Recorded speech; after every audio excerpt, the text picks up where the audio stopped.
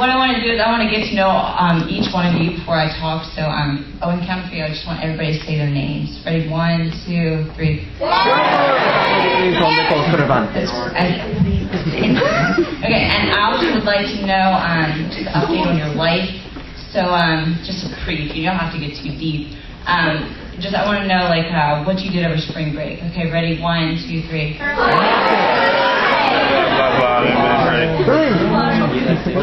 That was a good time. I went to school here a while ago. I'm now an elementary school teacher. It's a great job. It's a lot of laughs all day long. It's a lot of work, but it's worth it. So I'm famous to be a teacher.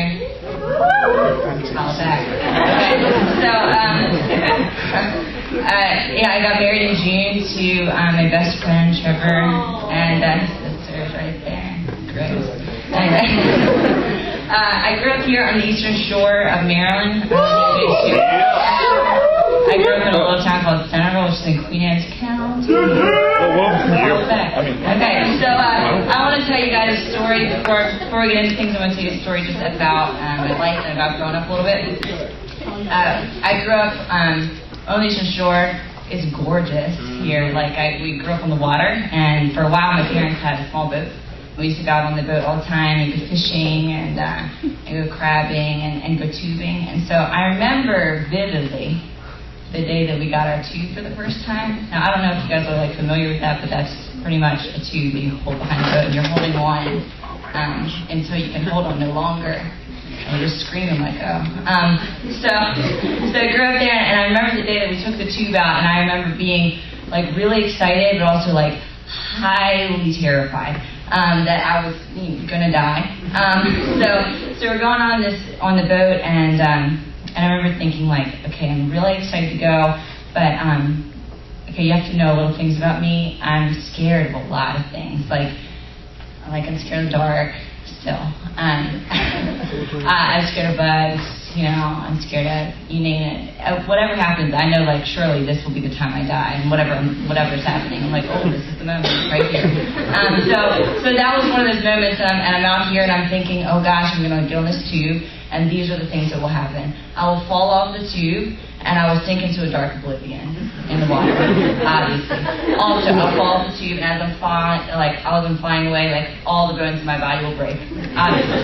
I knew, this was my dying day. But was I still going to go on? Yeah, probably. So I'm going on, and I'm telling my brother all these things. Of course, he just thinks I'm crazy. And my brother is 4 years older than me, and he's a pretty good big brother, as far as big brothers go. So he tells me, he's listen, you're not going to die. And he says, hey, if you want to, you go on the tube, I'll go on the tube with you. And when you feel like you just have to let go, I'll let go with you. And I was like, all right, someone's going to die with me. But in actuality, I just thought gosh, my big brother is there. If he's falling off with me, no death. He will save me, from the dark oblivion. He will mend all my bones. Everything will be fine. So we're out on the boat, and we're going, and I'm going as far as I could go, and I just know my hands are slipping, and my eyes are closed, and I'm like, oh no. So I let go, and I'm flying off, and I remember landing in the water, and I opened my eyes, and there's my brother right next to me.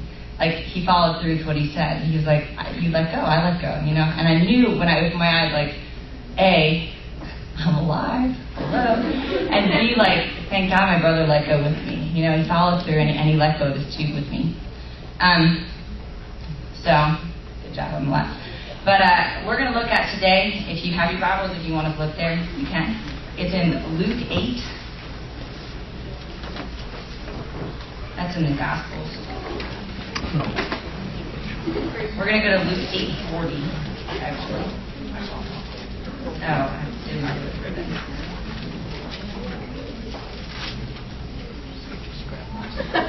It's under a heading of Jesus raises a dead girl and heals a sick woman, which is just an intriguing title if you ask me. Okay, so we're just going to start out with Luke 8:40, and we're going to talk about this guy named Jairus tonight. So he's a really great name, and I think he has a really great story too. It starts out and says, now when Jesus returned, a crowd welcomed him, for they were all expecting him. So I envision tons of people out there just knowing Jesus is there. I just like to kind of set the scene in my head when I'm reading the Bible like that. And it says, and then a man named Jairus, a synagogue leader, came and fell at Jesus' feet, pleading with him to come to his house. I'm going to stop right there, because I just think it is so interesting that a synagogue leader is falling at the feet of Christ. Now, if you don't know, like, synagogue leaders, they would either, I mean, it doesn't say in here specifically what his job was, but as a synagogue leader, he was probably either a Pharisee, a Sadducee, or a teacher. And they just, like, didn't have the, like, they just weren't kicking it with Jesus a whole lot. Like, they didn't really like him. They didn't really see eye to eye.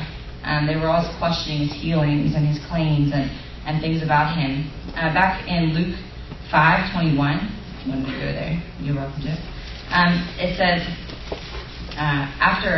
this is right after a paralyzed man was healed by Christ. It's a great story where his friends lead him to this house, and they know Jesus is going to heal him, and they cut a hole through the roof, and they lower their friend down, and Jesus heals him. And the Pharisees, everybody's amazed, but the Pharisees start thinking to themselves, who is this fellow who speaks blasphemy? Who can forgive sins but God alone? And then later in chapter 6, Jesus is doing things on the Sabbath, and he's picking grain, and they said, why are you doing what is unlawful on the Sabbath? Again, just questioning Jesus, questioning what he's doing. Further down in that same chapter, after he healed the man who had a crippled hand, it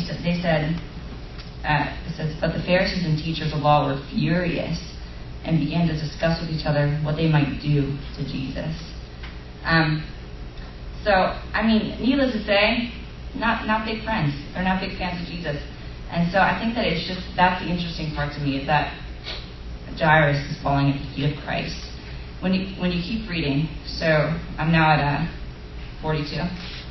So he's pleading with him to come to his house. It says, because his only daughter, a girl of about 12, was dying.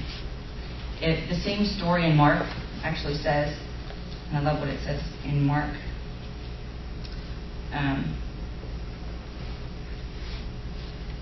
It says, please come and put your hands on her so that she will be healed and live.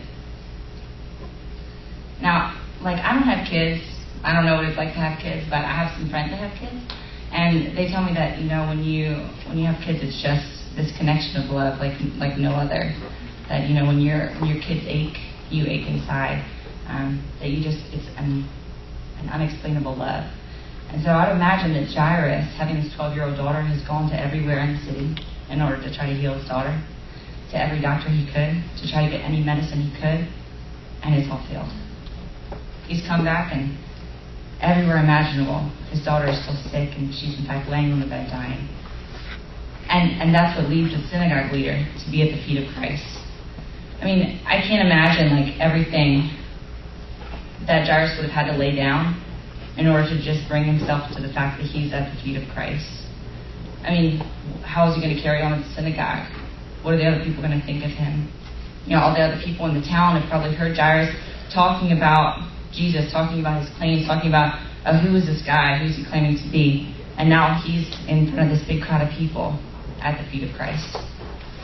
And he's kind of like admitting, like, hey, everything I've been saying about Jesus was wrong, but I'm willing, because I've seen him heal people, and at least I know that that's true. At least I can hold on to that, and at least I can believe in that and hope that maybe he can heal my daughter. I think that in order for Jairus to be there, he had to completely relinquish control to Christ. He had to completely say, like, hey, I've gone everywhere imaginable. I've gone everywhere and done anything to try to heal my daughter. And what I know of you that's true, that you heal people, that's the only thing I have left. That's the only thing I have, and I have to hold on to that. I just think that's crazy. So Jesus decides, hey, I'm going to go with you to your house. I'm going to go to your daughter. So on their way to Jairus' house, they actually encountered this woman who's been bleeding for years. It's a great story. I'm not really going to get into it. But it's great. And then this man comes, and he tells Jairus, it says, while Jesus, this is in 49, while Jesus was still speaking, someone came from the house of Jairus, the synagogue leader. He said, your daughter is dead. Don't bother the teacher anymore. I imagine Jairus just like, oh, gosh, I've just given up everything in order to be at the feet of Christ. And now she's dead anyway. And Jesus looks at me, he's like, don't be afraid, just believe, and she will be healed. Like my brother told me, he's like, let go, Jen. You'll be safe. Like, I'll let go with you. Christ is like, hey, you've already let go. You've already relinquished this control. Continue to let go. Do not be afraid. Just believe that I'm here with you. He followed through with what he said. He completely followed through with what he told Jairus. And he went to Jairus' house and he healed his daughter.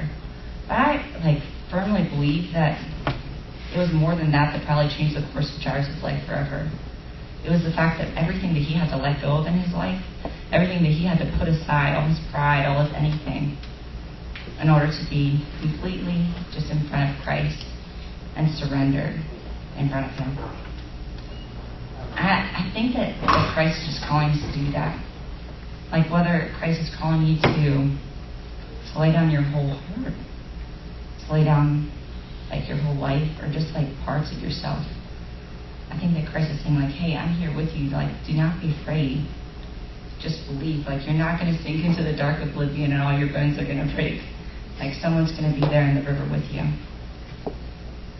And Jairus, fortunately, like, Jesus went to his house and he healed his daughter. And everything, he's hoping for, it just happened. I'm not sitting here saying, like, if we relinquish control to Christ, if we're broken in front of Christ, if we're asking for Christ to heal us, or we're just letting go of things, that Christ is going to heal us in the way that we want to, in the way that we're dreaming to, or that he's going to do all of our plans the way that we want them to. But I am saying that he's big enough to handle whatever we think that we have control of. Jairus for so long thought that he just had control of his daughter's sickness. Like, I'm going to go and I'm going to make sure that she's healed, but now she's here and she's dying, and I have to hold on to what is true of Christ. I think that Christ is constantly calling us to just hold on to what is true of him and to be pleading at his feet, asking him to hold us. And I think, like, maybe you're sitting here tonight and you're holding on to that, but you're scared to let go. But you need to know that Christ is there. He's ready. He wants you to let go. And he wants you to know that he's in control. That he's going to walk with you all the way to your house like he did for Jairus. He's going to walk with you the whole way and not leave your side. Because he's saying, do not be afraid, just believe. And he wants you to surrender. Man, I wish that it continued in the scripture to tell me, like, what else happened to Jairus in his life. But I know, like, it's just like one of those cliffhangers I guess I got to figure out later, But I know, like, without a doubt, that his life was changed because of what he was willing to give over to the Lord, what he was willing to just let go of. I want to read you guys from Psalm 55:22.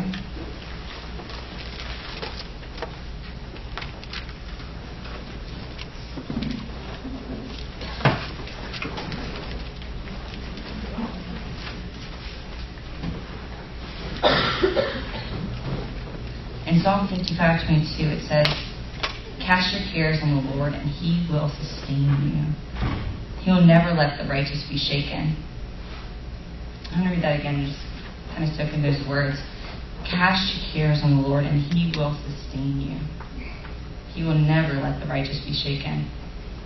He's going to be looking at you and saying, don't be afraid. Just believe. When you have the last bit of hope, hold on to what is true of Christ. I mean, what knowledge did Jairus have of Christ other than, I've seen this man do these things, and I know that this is true of him. I just want you guys to kind of think about that tonight. And I want to challenge you to analyze your heart and think about, gosh, like, am I willing to surrender this to Christ, whatever we're holding on to? And even if you're thinking, I've already given myself to Christ, like, I think that there's a daily surrender in our walk with the Lord that we need to think about. And what do we need to surrender to the Lord? What do we need to be sitting at his feet and pleading, hey, come and lay your hands on this and take this away because I can't do it anymore. Because I know that you're worth it, that your plan is bigger. So I'm gonna pray for you guys. And I just want you guys to kind of to think about that.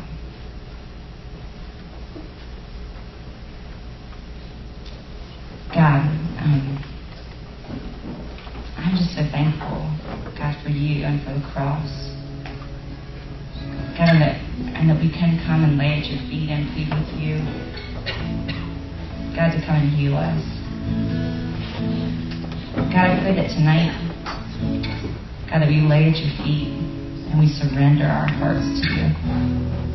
That we take whatever little thing we're dealing with or whatever kind of issue, whether it's pride or a friend thing or anything we're holding on to, maybe it's our whole life. God, that we know that your plan is worth it. Your love is worth it. That you outnumber anything that we could ever think of or imagine. And that above all else, you are good.